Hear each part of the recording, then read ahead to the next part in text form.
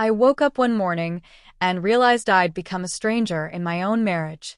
Not because of betrayal or shouting matches, but because the woman I loved acted like I didn't exist, unless she needed something. My name is Daniel. I used to believe love could survive anything. When I married Emma, I thought we'd spend our lives building something unbreakable, full of trust, warmth, and connection. And for a while, we did. That first year felt like a dream. We'd steal kisses in the kitchen, hold hands while watching TV, and make love not just out of desire, but because we genuinely felt each other. It was real. It was alive. But slowly, something changed. It didn't happen all at once. One night, she said she was tired. A week later, it was a headache. Excuses started to pile up like bricks between us. I didn't think much of it at first. People get tired, stress builds, life happens. But it didn't stop. Our intimacy faded until it was gone completely. When I reached for her in bed, she'd turn away, muttering something about needing space. If I tried to hug her in the morning, she'd pull away, irritated. It wasn't just sex she didn't want, it was touch, affection, closeness. I asked her what was going on. She sighed and told me I was being dramatic. Marriage isn't all about sex, she said, as if that was the only thing I cared about. But it wasn't just physical. She stopped kissing me goodbye. She stopped smiling when I walked into the room. It was like I'd become invisible in my own home. I tried everything, planning dates, suggesting counseling, doing more around the house. She dismissed it all. "We don't need therapy," she said. "You're just pressuring me."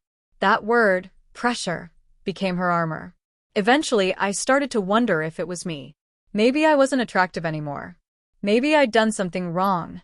So I tried harder, complimented her more, surprised her with dinner, took her nice places. But she barely looked up from her phone. And then one night, I caught her smiling at it. Really smiling, in a way I hadn't seen in months. She was leaning forward, giggling softly. Her cheeks were flushed.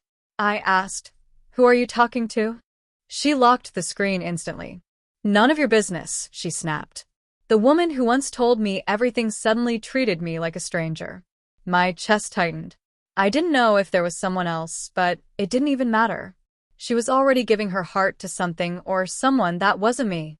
When I tried to talk about it, she looked at me with disgust. "I'm not your property," she said coldly. "You don't get to demand my body whenever you want." It wasn't anger that hurt, it was how indifferent she sounded. How she made my longing feel shameful. That night, I lay awake staring at the ceiling, realizing I was begging for crumbs of affection from someone who no longer cared. So, I stopped. I stopped chasing. Stopped pleading. Stopped twisting myself into knots trying to fix something she clearly didn't want to fix. Instead, I turned my energy inward. I hit the gym.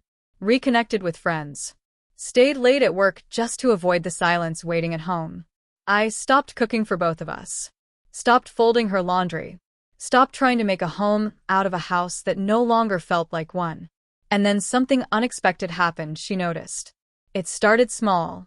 "Why are you coming home so late? Who are you texting? Why didn't you tell me you were going out?" Then one night, she reached for me. Slid closer in bed. Her hand rested on my chest, her voice soft. "I miss you." For a moment, I almost believed her. But then I remembered every time she turned away. Every night, I lay beside her feeling unwanted. I looked her in the eyes and said, "Now you miss me." She blinked, hurt. "What's that supposed to mean?" "It means you shut me out for months.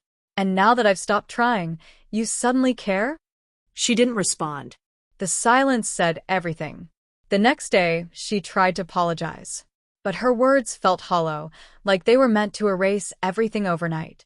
She wanted instant closeness again, as if connection could be flipped back on like a light switch. But love doesn't work that way. I realized something then. She didn't want me, she just didn't want to lose control. So I told her I needed space, and I meant it. I moved into the guest room.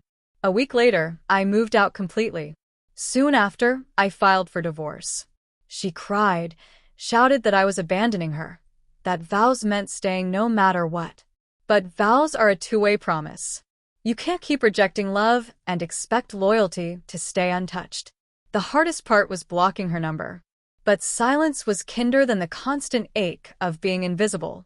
People think marriages end in explosions, affairs, fights, betrayal, but sometimes they die quietly. In the stillness between two people who stop reaching for each other. In the space where love used to live. I learned something painfully true. If someone keeps denying you love, eventually your heart stops asking for it. She denied me intimacy, affection, partnership. So, I stopped being her husband. And when I finally walked away, it wasn't out of anger. It was out of self-respect. Because sometimes, saving yourself means letting go of someone who already let go of you long ago.